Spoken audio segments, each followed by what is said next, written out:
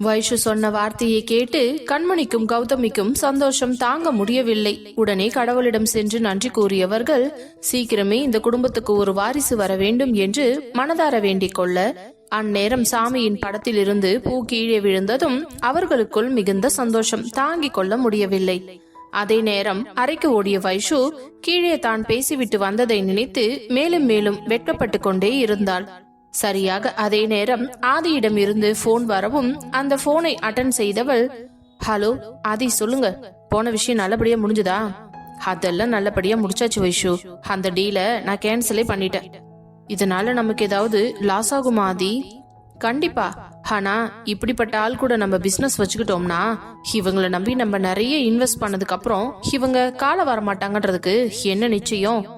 அந்த டைம்ல அவ்வளவு லாஸ் ஆகிறதுக்கு இது எவ்வளவு பெட்டர் இல்லையா?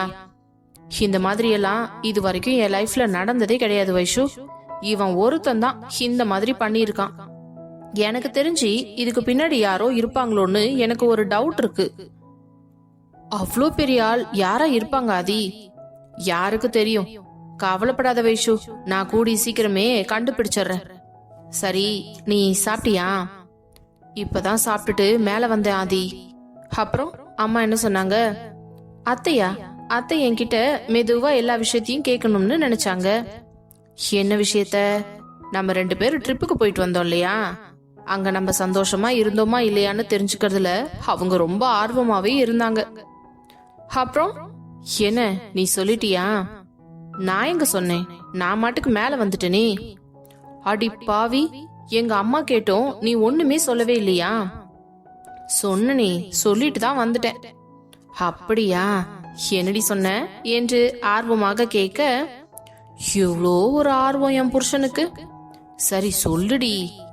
அத்த, நீங்க நினைச்ச மாதிரி எல்லா விஷயமும் சந்தோஷமா நடந்து முடிச்சிடுச்சு. கவலையே படாதீங்க, கூடிய சீக்கிரமே உங்களுக்கு ஒரு பேரனோ பேத்தியோ பெத்து தரேன்னு சொல்லிட்டு வந்துட்டேன். அடிப்பாவி, எப்படி சொல்றதுன்னு என்கிட்ட டிராமா போட்டுட்டு இப்ப எங்க அம்மா கிட்ட ஓப்பனாவே சொல்லிட்டு வந்திருக்க. ஆனாலும் உனக்கு ரொம்ப தைரியம் வைஷு. இதுல என்ன பெரிய தைரியத்தை கண்டீங்க? நடந்தத சொன்னேன், அவ்வளவுதான். ஆனாலும் நீங்க ரொம்ப மோசமான ஆள் தான். என்கிட்ட எப்படி எல்லாம் நடந்துகிட்டீங்க? அடியே, அதையெல்லாம் போய் வெளியில சொல்லிக்கிட்டு இருக்காதடி. மான மரியாதையெல்லாம் காத்துல பறந்துரும். ஆதி, இத போய் நான் வெளியில சொல்லுவேனா என்று பேசிக்கொண்டிருக்க அதே நேரம் அவர்களின் அறை கதவை யாரோ தட்டுவது போல சத்தம் கேட்டது. யாரோ கதவை தட்டுறாங்க ஆதி, ஒரு நிமிஷம் லைன்ல இருக்கீங்களா? சரி நீ பாரு என்று அவன் காத்திருக்க அதே நேரம் கதவை திறந்த வைஷுவிற்கு ஆச்சரியம். அங்கே அனு நின்று கொண்டு இவளை பார்த்த உடனே, ஹனி, எப்ப வந்தீங்க நீ? நைட் ரொம்ப லேட்டா வந்தீங்களா? சாரி அண்ணி, நான் தூங்கிட்டேன், அதான் உங்களை பார்க்க முடியல. சரி, எப்படி இருக்கீங்க? ஊட்டியெல்லாம் எப்படி இருந்துச்சு? எங்க அண்ணன் கூட நல்லா என்ஜாய் பண்ணீங்களா என்றதும் உடனே வைஷு கையில் இருந்த போனை பார்த்து திருதிருவென்று முடித்து கொண்டிருக்க, என்ன நீ, அண்ணன் தான் லைன்ல இருக்காரா என்று கேட்டாள். ஆமாம் என்று தலையாட்டியதும் அந்த போனை வாங்கியவள், ஹலோ அண்ணா. அணுக்குட்டி, என்ன பண்ற? திடீர்னு அண்ணன் ரூமுக்கு வந்திருக்க? ஆமா அண்ணா, உங்க மேல நான் ரொம்ப கோவமா இருக்கேன். ஏண்டா இப்படி? பின்ன ஊட்டி போயிட்டு வந்தீங்களே, இந்த தங்கச்சிக்காக ஆசையா ஏதாவது வாங்கிட்டு வந்தீங்களா? எங்கடா, நாங்க இன்னைக்கு கிளம்பணும்னு கிளம்பி வரவே இல்லையே. நேத்து சடனா கிளம்ப வேண்டியதா ஆயிடுச்சு. அப்புறமா வாங்கிக்கலான்னு நினைச்சு விட்டது தப்பா போச்சு. அப்பவே உங்க அண்ணி சொன்னா எல்லாத்தையும் கடையில வாங்க, கடைசியில வாங்க முடியாது, இப்பவே வாங்கிக்கலாம்னு. நான் தான் கேக்கல. சரி அண்ணா, பரவாயில்ல, அது போகட்டும். அப்புறம் ஊட்டி எல்லாம் எப்படி இருந்துச்சு? நல்லா என்ஜாய் பண்ணீங்களா நீங்களும் அண்ணியும்? அடிங்க, வந்தனா தெரியும், சின்ன பிள்ளைத்தனமா பேசு என்று கூற, அண்ணா அன்னிக்கு எனக்கும் ஒரே வயசு தானே, அப்ப அண்ணியும் சின்ன பிள்ளையா என்று கேட்டதும் ஆதிக்கு சிரிப்பு வந்து விட்டது. உன்கிட்ட மட்டும் எதுவுமே பேச முடியாது. சரி, நான் இன்னும் கொஞ்ச நேரத்துல வீட்டுக்கு வந்துருவேன். நான் நேர்ல வந்து உன்னை பாக்குறேன், சரியா? அப்படியா அண்ணா? ஓகே ஓகே என்று கூறிவிட்டு வைஷுவிடம் போனை கொடுக்க, ஹலோ ஆதி, சொல்லுங்க. வைஷு, இன்னும் கொஞ்ச நேரத்துல நான் வீட்டுக்கு வந்துருவேன். உனக்கு வரும்போது எதுவும் வாங்கிட்டு வரணுமா? இல்ல, எதுவும் வேண்டாம். சும்மா கூச்சப்படாம சொல்லுடி. ஐயோ ஆதி, எனக்கு எதுவும் வேண்டாம் என்றதும் உடனே அனு போனை புடுங்கி, அண்ணா இவ்ளோ நேரம் என்கிட்ட பேசுனீங்களே, வீட்டுக்கு வரும்போது உனக்கு ஏதாவது வாங்கிட்டு வரவான்னு ஒரு வார்த்தை கேட்டீங்களா? அண்ணிய மட்டும் கேக்குறீங்க பாத்தீங்களா? நீ இன்னும் அந்த ரூமை விட்டு போகலையா? என் பொண்டாட்டி திரு திருன்னு முழிக்கும் போதே எனக்கு தெரிஞ்சது. இருந்தாலும் நான் தான் யோசிக்காம விட்டுட்டேன். சரி, வரும்போது உனக்கு என்ன வேணும்னு சொல்லு, நான் வாங்கிட்டு வரேன். வழக்கமா எனக்கு பிடிச்ச ஸ்வீட் தான், அதே கடையில தான் வாங்கிட்டு வரணும். கண்டிப்பா அனு. சரி, நான் போனை வைக்கட்டுமா? ஓகே அண்ணா, அன்னிக்கிட்டு தரவா? இல்ல, நீ போனை கட் பண்ணிக்க, நான் அங்கதான் வந்துட்டு இருக்கேன். ஓகேண்ணா, பாய் என்றவள் போனை வைத்து விட்டு, ஓகே நீ, உங்ககிட்டயும் அண்ணன்கிட்டயும் பேச நிறைய விஷயம் இருக்கு, நான் இப்ப போயிட்டு அப்புறமா வரவா என்று சொல்லிவிட்டு துள்ளி குதித்து ஓடினாள்.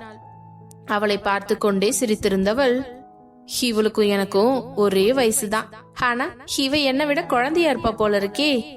இருக்கட்டும், இவளுக்கும் கல்யாணம் ஆயிடுச்சுன்னா என்ன மாதிரியே பெரிய பொண்ணா ஆயிடுவா என்று கூறிவிட்டு பின்பு ஆதி சொன்னதை யோசித்தவள், இன்னும் கொஞ்ச நேரத்துல ஆதி வீட்டுக்கு வருவேன்னு சொல்லியிருக்காரே என்றவள் கண்ணாடி முன்னின்று தனது அலங்காரங்களை சரி செய்து கொண்டு, இந்த சாரி ஓகேவா, நல்லா இருக்கா என்று கண்ணாடி முன்னின்று திரும்பி திரும்பி பார்த்து கொண்டிருந்தாள். பிறகு நல்லாதான் இருக்கு என்று கூறிவிட்டு அவனின் வரவுக்காக ஆவலாக காத்து கொண்டிருந்தாள். அதே நேரம் அவள் தோழி கவிதாவிடமிருந்து அவளுக்கு போன் வந்தது. சந்தோஷமாக போனை எடுத்து அட்டன் செய்தவள், ஹலோ கவி என்றதும், ஹலோ வைஷு, என்ன ஒரு போனை கூட காணோம்? லீவு விட்டாலும் விட்டாங்க, மேடம் ரொம்ப பிஸியா இருக்கீங்களா என்ன? இல்லடி, அப்படியெல்லாம் எதுவும் இல்ல. ஏன், நீ கூட தான் எனக்கு ஒரு போனும் பண்ணல. அதுவா, நான் ஊருக்கு போயிட்டேன்டி. லீவு விட்டாலே போதும், எங்க அப்பா அம்மா என்னை கூட்டிட்டு ஊர் ஊரா கிளம்பிடுறாங்க. நான் என்ன பண்றது சொல்லு? அதெல்லாம் சரி, உன் போனுக்கு நான் ட்ரை பண்ணிக்கிட்டே இருந்தேனே, நாட் ரீச்சபிள்னு வந்துச்சு. அதுவா, நான் போயிருந்தது ஒரு வில்லேஜ், அங்க நெட்வொர்க் ப்ராப்ளம் ரொம்பவே அதிகமா இருந்துச்சு. அதனாலதான் என்னாலையும் உனக்கு கால் பண்ண முடியல. ஓ அப்படியா, சரி வைஷு, நீ எதுக்கு போன் பண்ண எனக்கு? அதுவா, உன்கிட்ட ஒரு முக்கியமான விஷயம் சொல்லலாம்னு தான் போன் பண்ணேன். அப்படியா, என்ன விஷயம்டி? நானும் ஆதியும் ஊட்டிக்கு போறோம்னு சொல்லிட்டு உனக்கு இன்ஃபார்ம் பண்ணலாம்னு தாண்டி கால் பண்ணேன். வைஷு, அப்போ ஹனிமூன் போயிட்டு வந்தியா? ஆமா, அப்படித்தான் வச்சுக்கோயேன். சரி சரி, ரொம்ப இன்ட்ரெஸ்டிங்கா இருக்கு. அப்புறம் எப்ப வந்தீங்க? நேத்து நைட்டு தாண்டி வந்தோம். எத்தனை நாள் போயிருந்தீங்க? ஒரு 1 வீக் இருக்கலாம்னு போனோம், பட் ஒரு 5 டேஸ்லயே ரிட்டர்ன் வந்துட்டோம். ஆபீஸ்ல ஒரு ப்ராப்ளம். சரி சரி, அதெல்லாம் விடு. அதுதான் 4 நாள் அங்க இருந்தீங்கல்ல, அப்புறம் என்ன? அப்புறம் ஊட்டியெல்லாம் எப்படி இருந்துச்சு? நல்லா சுத்தி பாத்தியா? உன்னோட பல வருட கனவாச்சே ஊட்டிய பாக்குறது. ஆமாண்டி, அதை ஏன் கேக்குற? ஆதி என்ன எல்லா இடத்துக்கும் கூட்டிட்டு போய் சுத்தி காமிச்சாரு. எவ்வளவு ஜாலியா இருந்துச்சு தெரியுமா? செம்மையா என்ஜாய் பண்ணோம்டி. சரி சரி, அதெல்லாம் விடு, பரவாயில்ல. ஊட்டிக்கு போனா எல்லாரும் பண்றதான் நீயும் பண்ணியிருக்க, அது ஒரு பெரிய விஷயம் இல்ல. அப்புறம் வேற என்ன பண்ணீங்க 2 பேரும் சேர்ந்து? வேற என்ன பண்ணணும்? என்னடி, ஹனிமூன் போயிட்டு என்ன பண்ணணும்னு என்னையவே திருப்பி கேக்குற? இதேனடி வம்பா இருக்கு? நீ கேட்ட கேள்விக்கு நான் பதில் சொல்றேன், அவ்வளவுதான். வைஷு, நீ அப்படியே ஒண்ணுமே தெரியாத பாப்பா மாதிரியே பேசாதடி. சரி விடு, நீங்க 2 பேரும் அங்க போயாவது உங்க 2 பேரோட லைஃப ஸ்டார்ட் பண்ணனீங்களா இல்லையா என்ற தோழி கேள்வி கேட்கவும் அவள் முகம் முழுவதும் அப்படியே வெட்கத்தில் சிவந்து விட்டது. அதற்கு என்ன பதில் சொல்வது என்று புரியாமல் முழித்து கொண்டவளிடம் கவிதாவை மீண்டும் தொடர்ந்தாள். என்ன வைஷு, நீ அமைதியா இருக்கிறத நான் சக்சஸ்னு எடுத்துக்கிறதா, இல்ல அப்படி எதுவும் நடக்கலன்னு எடுத்துக்கிறதா என்றதும், இல்லடி, நாங்க 2 பேரும் எங்க லைஃப ஊட்டியில வச்சே ஸ்டார்ட் பண்ணிட்டோம். வாவ், சூப்பர் டி, சான்ஸே இல்ல, செம்ம போ. இன்னைக்குதான் நீ என் ஃப்ரெண்டுங்கிறத நிரூபிச்சிருக்க. இப்படிதான் தைரியமா லைஃப்ல எல்லாத்தையுமே ஸ்மூத்தா கொண்டு போகணும், ஓகேவா? ஓகே கவி, உன்ன மாதிரி ஒரு ஃப்ரெண்டு கிடைக்க நான் கொடுத்து வச்சிருக்கணும். நீ மட்டும் எனக்கு கரெக்டான டைம்ல கரெக்டான அட்வைஸ் கொடுக்கலன்னா நிச்சயமா என்னோட அருமையான வாழ்க்கைய நான் இழந்திருந்தாலும் இழந்திருப்பேன். என்னடி எனக்கு போய் தேங்க்ஸ் எல்லாம் சொல்லுற? நீ என்னோட க்ளோஸ் ஃப்ரெண்ட். அப்படி இருக்கும்போது உன் வாழ்க்கை நல்லா இருக்கணுங்கிற ஆசை எனக்கு மட்டும் இருக்காதா என்ன என்று கூறிவிட்டு பின்பு, அப்புறம் மேல சொல்லு. ஆதி உன்கிட்ட எப்படி நடந்துகிட்டாரு? ரொம்ப ஹர்ஷாவா இல்ல ஸ்மூத்தாவா? சிப்போடி, என்ன நீ இப்படி எல்லாம் கேக்குற? எனக்கு ரொம்ப வெக்கமா வருது. சும்மா சொல்லுடி, ஆதி உன்கிட்ட எப்படி நடந்துகிட்டாரு? அவரா கொஞ்சம் ஹார்ஷாவும் கொஞ்சம் ஸ்மூத்தாவும் தான். வாவ், கேக்குறதுக்கே செம்ம கிக்கா இருக்கே. அப்போ நல்லா என்ஜாய் பண்ணிருப்ப போல இருக்கே. போடி, நீ ரொம்ப மோசம், என்ன எல்லாம் கேக்குற பாரு என்று பேசும் பொழுது அவள் முகம் வெட்கத்தில் சிவந்து கொண்டே இருந்தது. அதே நேரம் ஆதி கதவை திறந்து கொண்டு வந்தவன் வைஷு போன் பேசிக் கொண்டிருப்பதை பார்த்து அப்படியே அவள் பின்னால் வந்து அமைதியாக நின்று கொண்டான். வைஷு, ரொம்ப வெக்கப்படாத. கல்யாணம் ஆச்சுன்னா ஒவ்வொரு பொண்ணுக்கும் நடக்கிற விஷயம்தான் உனக்கும் நடந்திருக்கு. ஆனா இந்த மாதிரி ஒரு விஷயம் நடந்ததுனால இனி நீயும் உன் புருஷனும் ஒன்னு சேர்ந்துட்டீங்க. இனி உங்க 2 பேரையும் யாராலையும் பிரிக்க முடியாது. லைஃப் லாங் இதே மாதிரி எப்பவும் சந்தோஷமா இருக்கணும். அப்புறம் இன்னொரு விஷயம் உன்கிட்ட கேட்கணுமே. சொல்லுடி. குழந்தை பத்தி என்ன பிளான் பண்ணி வச்சிருக்கீங்க? ஸ்டடீஸ் கம்ப்ளீட் பண்ணிட்டு குழந்தை பெத்துக்கிற மாதிரியா இல்ல இப்பவே குழந்தை பெத்துக்கிற மாதிரியா? நான் இப்பவே குழந்தை பெத்துக்கிறதா முடிவு பண்ணிட்டேன். என்னடி இப்படி சொல்லிட்ட? ஆமா, படிப்பு முடிய இன்னும் 2 வருஷம் ஆகும் இல்லையா? அது சரி, ஆனாலும் நீ ரொம்ப ஸ்பீடா இருக்கடி வைஷு. எங்க அத்தைக்கு நல்லபடியா ஒரு குழந்தைய பெத்து கையில கொடுத்துட வேண்டி. இந்த வீட்டோட மருமகளா அது என்னோட கடமை இல்லையா? வாவ் வைஷு, உண்மையாலுமே நீ இப்ப அந்த வீட்டோட மருமகளாவே மாறிட்ட. சரி சரி, ஓகே, நல்லா என்ஜாய் பண்ணு. அப்புறம் என்ன, இனி டெய்லியும் ஒரே மஜாதான். வைஷுவ கொஞ்ச நாளைக்கு கையிலேயே பிடிக்க முடியாது. போடி, நீ எப்ப பாரு இப்படிதான் பேசுவ என்று எழுந்து வேகமாக திரும்ப அங்கே ஆதி நின்று கொண்டிருந்தான்.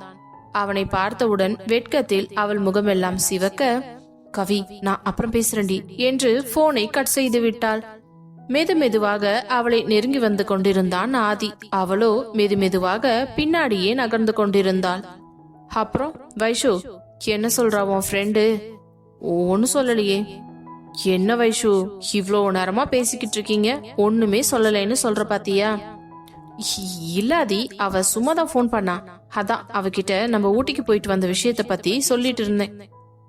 ஓஹோ, ஆமா. கவி எப்படி உன்னோட க்ளோஸ் ஃப்ரெண்டா? ரொம்ப ரொம்ப க்ளோஸ் ஃப்ரெண்ட். அப்போ எல்லா விஷயத்தையும் ஷேர் பண்ணிக்குவியா? கண்டிப்பா என்று கூறினாள். அவன் கேட்டுக்கொண்டே முன்னால் வந்து கொண்டிருக்க அவளும் பதில் சொல்லிக் கொண்டே பின்னால் மெதுவாக நகர்ந்து கொண்டிருந்தாள். அப்பொழுதும் அவன் முன்னால் வருவதை நிறுத்தவில்லை. பின்பு வைஷு, ஆதி, இப்போ எதுக்கு என்னை இப்படியே பாத்துக்கிட்டே வரீங்க? ஏன் பொண்டாட்டிய நான் பார்க்க கூடாதா? இல்ல, உங்க பார்வையே சரியில்லை. நீங்க என்கிட்ட வர்ற தோரணையும் சரியில்லையே. நீ எப்படி வேணாலும் எடுத்துக்கோ, அத பத்தி எனக்கு என்ன கவலை என்று அவன் கூறி முடிக்கவும் அவள் சூழலில் போய் சாய்ந்து முட்டி நிற்கவும் சரியாக இருந்தது. பின்பு அவள் அருகே வந்தவன் 2 கைகளையும் சுவற்றில் வைத்துவிட்டு அவள் முகத்திற்கு மிக நெருக்கமாக வந்து நிற்க வைஷ்ணவிக்கு இதயம் தாறுமாறாக துடிக்க ஆரம்பித்தது.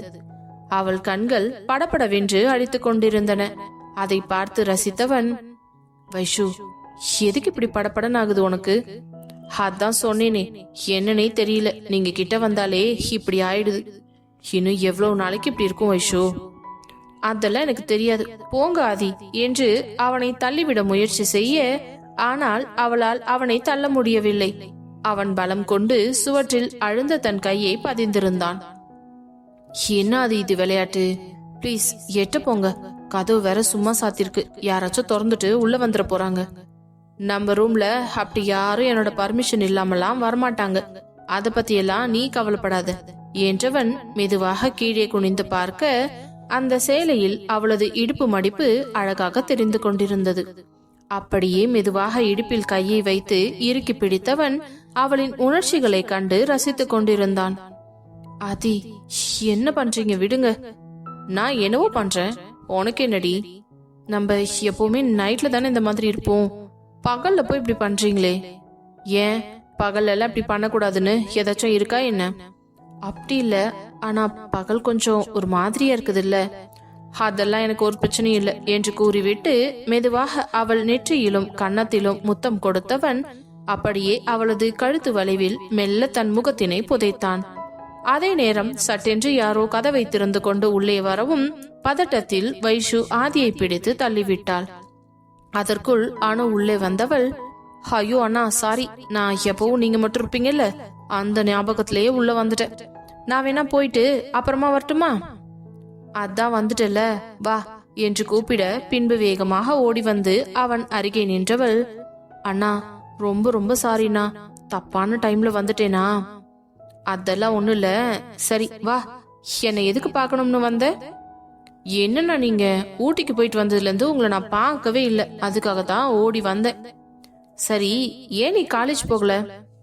அண்ணா காலேஜ் லீவ் விட்டுருக்காங்கல்ல. சரி சரி, எப்போ ஓபன் பண்றாங்க? இன்னும் 2 days இருக்கு என்று கூறினாள்.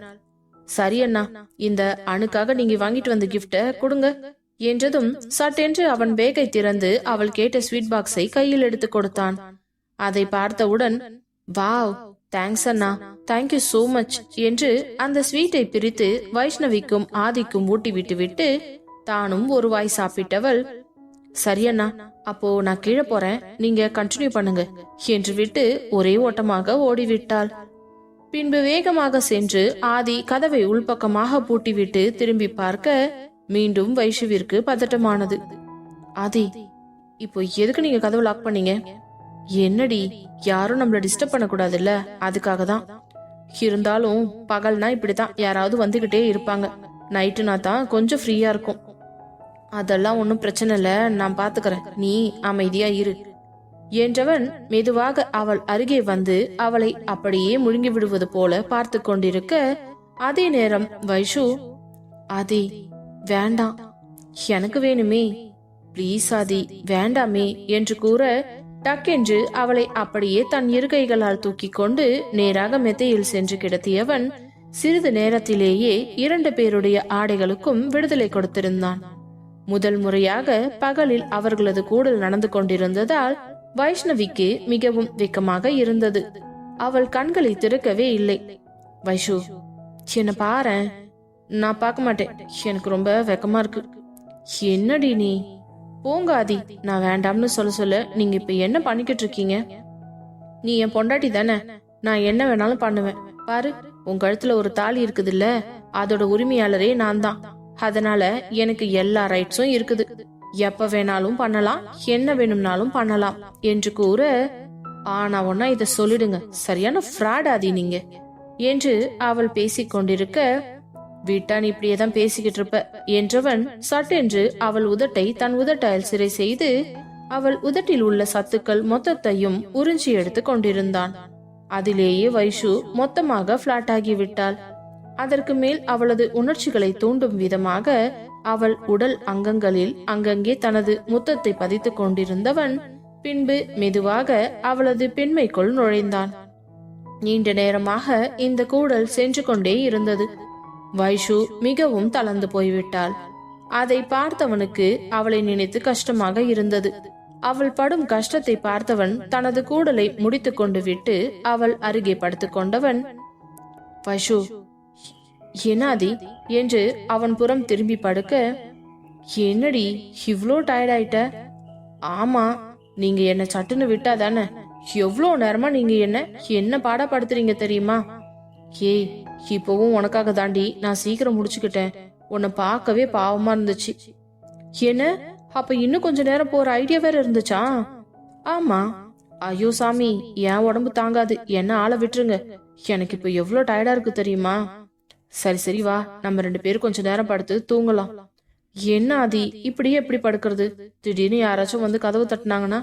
அதெல்லாம் நான் பாத்துக்கிறேன், நீ வா, பேசாம அமைதியா கொஞ்ச நேரம் படு என்று கூறிவிட்டு அவளை இறுக்கமாக அணைத்துக் கொண்டு அப்படியே சிறிது நேரம் இருவரும் உறங்கினர். பின்பு மதிய சாப்பாடு நேரம் ஆகியும் ஆதியும் வைஷுவும் கீழே வராததால் கண்மணி ஆதியின் அறையில் உள்ள போனிற்கு கால் செய்தார். இருவரும் மிகவும் இறுக்கமாக கட்டி அணைத்துக் கொண்டு உறங்கிக் கொண்டிருந்ததில் வைஷு கண்முழிக்கவில்லை. ஆதிதான் மெதுவாக திரும்பி பார்த்து போனை அட்டன் செய்து காதில் வைத்தவன், ஹலோ என்றதும், ஆதி என்னப்பா, மணி 3 ஆக போகுது, நீங்க 2 பேரும் இன்னும் சாப்பிட வரவே இல்லையே. நீங்க எல்லாரும் சாப்பிட்டீங்களாமா? நாங்க எல்லாரும் சாப்பிட்டோம்ப்பா, நீங்க மட்டும்தான் சாப்பிடல. சரி, இன்னும் கொஞ்ச நேரத்துல வந்துடுறோமா? சரிப்பா என்று சிரித்துக்கொண்டே போனை வைத்தவர், என் பையனும் மருமகளும் இப்படி சந்தோஷமா இருக்கிறத பாக்குறதுக்கும் கேக்குறதுக்கும் எனக்கு எவ்வளவு சந்தோஷமா இருக்கு என்று கூறிவிட்டு பின்பு அவர்களுக்கான சாப்பாட்டை டைனிங் டேபிளில் எடுத்து வைத்து விட்டு சோஃபாவில் அமர்ந்து காத்து கொண்டிருந்தார். பின்பு மெதுவாக வைஷுவை பார்த்தவன், வைஷு எழுந்துருடி, அம்மா சாப்பிட கூப்பிடுறாங்க, நம்ம போய் குளிச்சுட்டு சாப்பிட போலாம். என்னால முடியவே முடியாது, குளிக்கவே முடியாது, வாங்க அப்படியே ட்ரெஸ் போட்டுட்டு போய் சாப்பிட்டு வந்துடலாம். சி, என்னடி பழக்கம் இது, குளிக்காம எப்படி போறது சொல்லு, குளிச்சாதானே ஃப்ரெஷ்ஷா இருக்கும். ஆனா என்னால முடியாதே. சரி, நான் பாத்துக்கிறேன் என்றவன் அவளை அப்படியே தன் இரு கைகளால் தூக்கி கொண்டு பாத்ரூமில் இருக்கும் குளியல் டப்பில் அமர வைத்தான். வைஷு மிகவும் சோர்வாக அவனை பார்த்து கொண்டிருக்க, வைஷு நீ ரொம்ப வீக்கா இருக்கான்னு நினைக்கிறேன். அதெல்லாம் ஒண்ணு இல்ல, நீங்க தான் என்ன வீக்காக வச்சுட்டீங்க. ஆனா நீங்க மட்டும் எப்படிதான் இந்த அளவுக்கு ரொம்ப ரொம்ப ஸ்ட்ராங்கா இருக்கீங்கன்னு தெரியல. ஏய் கண்ணு போடாதடி, அங்கங்க இந்த மாதிரி இல்லையேன்னு எவ்வளவு ஃபீல் பண்ணிக்கிட்டு இருக்காங்க. நீ என்னடான்னா இதுக்கெல்லாம் புலம்புற? ஆதி, இதெல்லாம் நம்புற மாதிரியா இருக்கு? நீ நம்பாட்டியும் இதுதான் நிஜம் என்றவன் அவளை அப்படியே குளிக்க வைத்து விட்டு பாத் டப்பில் இருந்து கீழே இறக்கி டவலை அவளிடம் கொடுத்து விட்டு, சரி நீ போய் ட்ரெஸ் சேஞ்ச் பண்ணிட்டு நான் குளிச்சுட்டு வந்துடுறேன். நான் வேணா ஏதாவது ஹெல்ப் பண்ணவா உங்களுக்கு? இவளுக்கு ஹெல்ப் பண்றதுக்கே 2 பேர் வேணும், இவ எனக்கு ஹெல்ப் பண்றாளாம். பேசாம திரும்பி பார்க்காம ஓடி போயிடு. ஒரு உதவிக்காக கேட்டேன், வேண்டாம்னா போங்க என்று கூறிவிட்டு வேக வேகமாக உடைமாற்றும் அறைக்கு சென்றவள் வேறு ஒரு சேலையை எடுத்து கட்டிக்கொண்டு முடியை ட்ரையரில் காய வைத்து கொண்டிருந்தாள். பின்பு ஒரு வழியாக இருவரும் தங்களது ஆடைகளை போட்டுக்கொண்டு அலங்காரங்களையும் செய்து கொண்டு கீழே இறங்கி செல்ல அங்கே கண்மணி இவர்களுக்காக காத்து கொண்டிருந்தவர், வாங்க வாங்க, ஒரு வழியா சாப்பிட வந்துட்டீங்களா என்று அவர்களை அழைத்து அமர வைத்தார். இருவரும் ஒருவரையொருவர் பார்த்து ரகசியமாக சிரித்துக் கொண்டும் வெட்கப்பட்டு கொண்டும் இருந்ததை பார்த்தவருக்கு சந்தோஷம் தாங்க முடியவில்லை. அவர்கள் இருவருக்கும் கொஞ்சம் பிரைவசி வேண்டும் என்று நினைத்தவர் பின்பு அவர்களிடம், சரி நீங்க 2 பேரும் சாப்பிடுறீங்களா, நான் போய் கொஞ்ச நேரம் ரெஸ்ட் எடுத்துக்கிறேன். அத்தை நீங்க போங்க, நான் பாத்துக்கிறேன். சரிமா என்றவர் சிரித்து கொண்டே சென்று விட்டார். அதே நேரம் மீண்டும் சாப்பிட அமர்ந்த வைஷு, ஆதி உங்களுக்கு என்ன வேணுமோ என்கிட்ட சொல்லுங்க, நான் எடுத்து தரேன். எல்லாம் பக்கத்துல தானே இருக்கு, நமக்கு என்ன தேவையோ அதை நம்மளே போட்டு சாப்பிட்டுக்கலாம். இப்போ நீ ஃபர்ஸ்ட் சாப்பிடு என்று அவன் தட்டில் இருந்த சாப்பாட்டை பிசைந்து அவளுக்கு ஒரு வாய் ஊட்டி விட்டான். அதை ஆசையாக வாங்கி கொண்டவள் அவளும் அவனுக்கு ஒரு வாய் சாப்பாட்டை ஊட்டிவிட்டு கொண்டிருக்க, அதே நேரம் யசோதா அறையிலிருந்து வெளியே வர இந்த காட்சியை பார்த்தவருக்கு வயிறெல்லாம் பற்றி கொண்டு வந்தது. ஐயோ ஐயோ, 2 பேரும் எவ்வளோ சந்தோஷமா இருக்காங்க. நம்ம எதெல்லாம் நடக்க கூடாதுன்னு நினைக்கிறோமோ அதெல்லாம் தான் நடக்கும் போல இருக்கே. ஊட்டிக்கு போய் இவங்க 2 பேருக்குள்ள என்ன நடந்துச்சு நம்ம எப்படி கண்டுபிடிக்கிறது? ஆனா இங்க நடக்கிறதெல்லாம் வச்சு பார்த்தா இவங்க 2 பேரும் ஒண்ணு சேர்ந்து இருப்பாங்களோ? இது மட்டும் கீர்த்தி பார்த்தானா அவ்வளவுதான், வாழ்க்கையே வெறுத்துருவா. இவனுக்கு தான் நான் பிரச்சனை கொடுத்தேன்ல, அதனால தானே அங்கிருந்து வேக வேகமா ஓடி வந்தான். அப்படி இருக்கும் பொழுது எப்படி இவங்களால இவ்ளோ சந்தோஷமா இருக்க முடியுது என்று யோசித்தவர் போனை எடுத்து ஆதிக்கு பிரச்சனை பண்ண ஆளுக்கு போன் செய்தார். யோ, நீ என்னையா பண்ணி வச்சிருக்க? ஆதிக்கு குடைச்சல் கொடுன்னு சொல்லி உனக்கு காசு கொடுத்தா நீ என்னடான்னா எதுவுமே பண்ணலையா என்ன? அவன் இங்க வீட்ல அவன் பொண்டாட்டி கூட அவ்வளோ சந்தோஷமா இருக்கான். போங்க மேடம், நான் உங்க மேல செம்ம கோவத்துல இருக்கேன். ஆதி கிட்ட என்ன ஏதாவது பிரச்சனை பண்ண சொல்லி நீங்க சொன்னதுனாலதான் உங்களுக்கு உதவி செய்யறதுக்காக நான் போய் பிரச்சனை பண்ணேன். அவரோ கொஞ்சம் பயந்துகிட்டு என்கிட்ட பேசுவார்னு நினைச்சா என்னோட கான்ட்ராக்டையே கேன்சல் பண்ணிட்டாரு. உங்களால எனக்கு எவ்வளோ நஷ்டம் தெரியுங்களா? சும்மா நிறுத்தியா, நீ என்ன சும்மாவா எனக்கு இந்த காரியத்தை பண்ணி கொடுத்த? அதான் அவ்வளோ காசு தூக்கி கொடுத்துருக்கேன்ல, அப்புறம் என்ன பிரச்சனை உனக்கு? அது ஒண்ணுதான் மேடம் எனக்கு சமாதானம். அந்த காசும் இல்லனா நான் நடுத்தெருவுல தான் நின்று இருக்கணும். இனிமே இந்த மாதிரி விஷயத்துக்கெல்லாம் என்ன கூப்பிடாதீங்க. நானும் எதுவும் பண்ற மாதிரி இல்ல. இனி ஜென்மத்துக்கும் ஆதி சார் கிட்ட என்னால கான்ட்ராக்ட் வாங்கவே முடியாது. அவர் மட்டும் நினைச்சாரு இனி எந்த கம்பெனிலையும் என்னால கான்ட்ராக்ட் வாங்கவே முடியாது. தயவு செஞ்சு என்னை விட்டுருங்க மேடம் என்று போனை கட் செய்து விட்டார். யசோதாவிற்கு பயங்கர கோவமாக வந்தது. நம்ம இவனை கடுப்பேத்தணும் நிம்மதியாக்கணும்னு பாக்கணும்னு பார்த்தா ஒரு விஷயத்தையும் செஞ்சா இவங்க 2 பேரும் இவ்வளோ சந்தோஷமா இருந்துகிட்டு இருக்காங்க.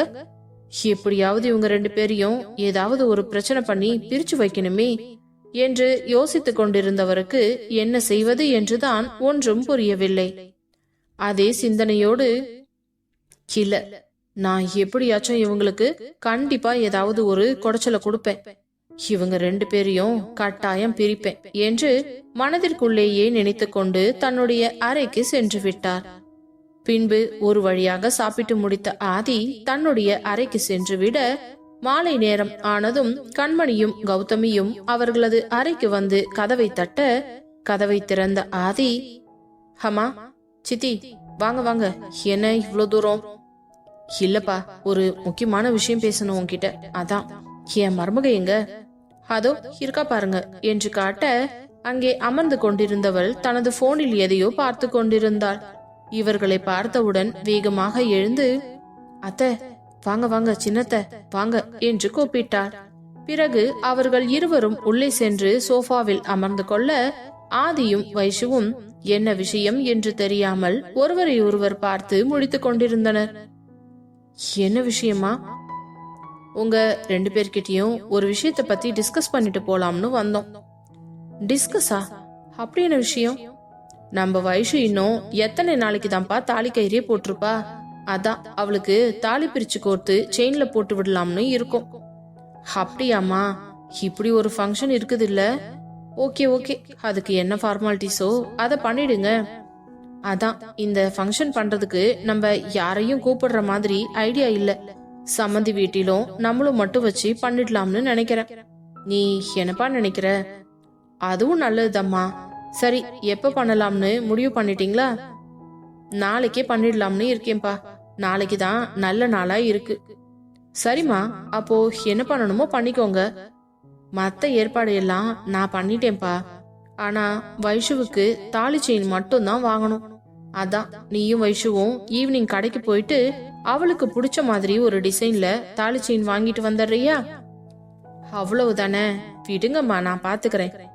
என்ன வைஷு, போலாமா என்றதும் அவளும் சந்தோஷமாக போலாம் ஆதி என்றாள். சரிப்பா, அப்ப பாத்திய மருமகளை பத்திரமா கூட்டிட்டு போயிட்டு அவளுக்கு பிடிச்ச மாதிரி ஒரு டிசைன்ல வாங்கிட்டு வந்துரு. நாளைக்கு காலையில ஃபங்க்ஷன் வச்சுக்கலாம். நான் சம்மந்தி வீட்டுக்கும் போன் பண்ணி சொல்லிடுறேன் என்று கூறிவிட்டு இருவரும் கீழே இறங்கி சென்று விட்டனர். அப்பொழுது வைஷுவின் அருகே வந்த ஆதி அவள் கழுத்தில் கிடந்த தாலி கயிறை பிடித்து கொண்டு, வைஷு, இன்னைக்கு ஒரு நாள் தான் இந்த தாலி கயிறு உன் கழுத்துல இருக்குமா என்றதும் பட்டென்று அவன் கையை தட்டிவிட்டு தாலியை இறுக்கமாக பிடித்து கொண்டவள், ஆதி, என்ன நீங்க இப்படி எல்லாம் அபசகுணமா பேசுறீங்க? நான் அப்படி சொல்லலடி, நாளையில இருந்து செயின்ல இருக்கும்ல, அத சொல்ல வந்தேன். நீங்க எதுவும் சொல்ல வேண்டாம். நீங்க பேசுறதெல்லாம் சில டைம்ல எனக்கு ரொம்ப பயமா இருக்கு என்று பதட்டப்பட்டவளை இறுக்கமாக தன் மார்பில் சாய்த்து அணைத்து கொண்டவன், வைஷு, நீ கவலையே படாத. எந்த காலத்திலயும் இந்த ஆதி உன்னை விட்டு எங்கேயும் போக மாட்டான். வேண்டாம் ஆதி, பிளீஸ், இந்த பேச்சு நம்ம இதோட விட்டுருவோமே. இதெல்லாம் கேக்குற அளவுக்கு என் மனசுல சக்தி கிடையாது. சரிடி, அப்ப கொஞ்ச நேரம் நீ ரிலாக்ஸ் பண்ணிக்கோ. அதுக்குள்ள எனக்கு ஒரு மெயில் அனுப்ப வேண்டியது இருக்கு, ஒரு கான்ஃபரன்ஸ் காலும் இருக்கு. அத நான் முடிச்சிட்டு வரேன். நீ ரெடியாகு. ஈவினிங் நம்ம கடைக்கு போயிட்டு உனக்கு செயின் வாங்கிட்டு வந்துடலாம், சரியா? ஓகே ஆதி என்று கூறிவிட்டு பின்பு சிறிது நேரம் மெத்தையில் அமர்ந்து போனில் தாலி செயின் டிசைன்களை எல்லாம் பார்த்து கொண்டிருந்தவள் பின்பு மணியாவதை உணர்ந்து விட்டு வேகமாக சென்று முகம் கை கால் கழுவி விட்டு சிம்பிளாக முகத்திற்கு மேக்கப் போட்டவள் ஆதியிடம் வந்து, ஆதி, நான் ரெடி ஆயிட்டேன், போலாமா? என்னோட வேலையெல்லாம் நானும் முடிச்சிட்டேன்டி. சரி, நான் ஃப்ரெஷ் ஆயிட்டு வந்துடுறேன் என்று அவனும் சென்று முகம் கழுவி விட்டு வேறு ஆடையை மாற்றிக்கொண்டு வந்தவன், சரி வா போலாம் என்று அவள் கையை பிடித்து அழைத்து கொண்டு சந்தோஷமாக கீழே வந்தான். கீழே வந்தவர்களை பார்த்த விஸ்வநாதன், ஆதி, வைஷு, எப்படி இருக்கீங்க ரெண்டு பேரும்? ஊட்டி போயிட்டு வந்ததுக்கு அப்புறம் உங்களை பார்க்கவே முடியல. எனக்கு கொஞ்சம் லேசா உடம்பு முடியலப்பா, அதான் வெளியிலயும் வரல. என்னப்பா, உங்களுக்கு உடம்பு சரியில்லையா? அம்மா இத பத்தி என்கிட்ட எதுவும் சொல்லலையே. இல்லப்பா, எப்பவும் போலதான், சும்மா டயர்ட், அவ்வளவுதான், வேற ஒண்ணும் இல்ல. வயசாகிடுச்சுல்ல. மாமா, என்ன நீங்க இப்படி ஈஸியா சொல்லிட்டீங்க? நீங்க ஃபர்ஸ்ட் வாங்க, நம்ம ஹாஸ்பிட்டல் போயிட்டு ஒரு செக்அப் பண்ணிட்டு வந்துடலாம். ஐயோ வைஷு, நீ இந்த அளவுக்கு பதட்டப்படுறதுக்கெல்லாம் ஒண்ணுமே இல்லம்மா. சரி, நீங்க ஊட்டிக்கு போயிட்டு சந்தோஷமா இருந்தீங்களா? நாங்க ரொம்ப சந்தோஷமா எல்லா இடத்தையும் சுத்தி பார்த்தோம் மாமா. சரிம்மா, நீங்க ரெண்டு பேரும் எங்கேயோ வெளியில போற போல இருக்கு, போயிட்டு வாங்க என்று கூற, அதே நேரம் கண்மணி, என்னங்க, அதான் நான் உங்ககிட்ட சொன்னேன்ல, நாளைக்கு நம்ம வைஷுக்கு தாலி பிரிச்சு போடணும்னு. ஆமாமா, அதான் அவங்க ரெண்டு பேரையும் கடைக்கு போய் நல்லதா ஒரு தாலி செயினை வாங்கிட்டு வர சொல்லியிருக்கேன். அப்படியா? ஆதி, எவ்வளவு ரூபா ஆனாலும் பரவாயில்ல, என் மருமகளுக்கு நல்ல ஸ்ட்ராங்கான ஒரு தாலி செயினா வாங்கி கொடு என்றதும் வைஷு தலையை குனிந்து கொண்டு சிரித்து கொண்டிருக்க, சரிங்கப்பா, கட்டாயமா, நாங்க அப்ப கடைக்கு போயிட்டு வந்துடுறோம், வரேம்மா என்று கூறிவிட்டு இருவரும் சந்தோஷமாக சென்று காரில் ஏறி செல்ல, அதை பார்த்த கண்மணிக்கும் விஸ்வநாதனுக்கும் சந்தோஷமாக இருந்தது. அப்பொழுது விஸ்வநாதன் கண்மணியிடம், கண்மணி, என்ன உன் புள்ள மருமக கூட சேர்ந்து சந்தோஷமா இருந்தானாமா? ஆமாங்க, இது எவ்வளவு பெரிய விஷயம் தெரியுமா?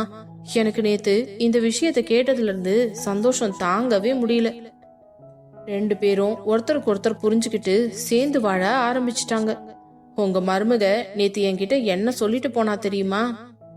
என்ன சொன்னா என் மருமக என்று ஆர்வமாக கேட்டவரை பார்த்தவர், நீங்க கவலைப்படாதீங்க அத்தை, நீங்க ஆசைப்பட்டதெல்லாம் நல்லபடியா நடந்து முடிஞ்சிடுச்சு, கூடிய சீக்கிரமே உங்களுக்கு பேர குழந்தையும் பெத்து கொடுக்கறேன்னு சொல்லியிருக்காங்க. அடி சக்க, என் மருமகள்னா யாரு? இந்த விஸ்வநாதனோட மருமகள்னா அப்படித்தான் இருக்கணும் என்றார். கண்மணி, இனி ஆதியோட வாழ்க்கையை பத்தி நீ கவலைப்படவே தேவையில்லை. கூடிய சீக்கிரமே நமக்கு ஒரு பேர குழந்தையும் கிடைச்சிடும். அதுக்கப்புறம் என்ன, நம்மளோட லைஃப் இன்னும் சந்தோஷமா போகும். ஆதி இவ்வளவு சீக்கிரம் இப்படி மாறுவான்னு நான் நினைச்சு கூட பாக்கலம்மா. இவங்க ரெண்டு பேரும் சந்தோஷமா காலகாலத்துக்கும் சேர்ந்து வாழணும். அதுதான் நம்ம அந்த கடவுள்கிட்ட வேண்டிக்கணும். ஆமாங்க என்று அவர் சொல்வதையே கண்மணியும் ஆமோதித்தார்.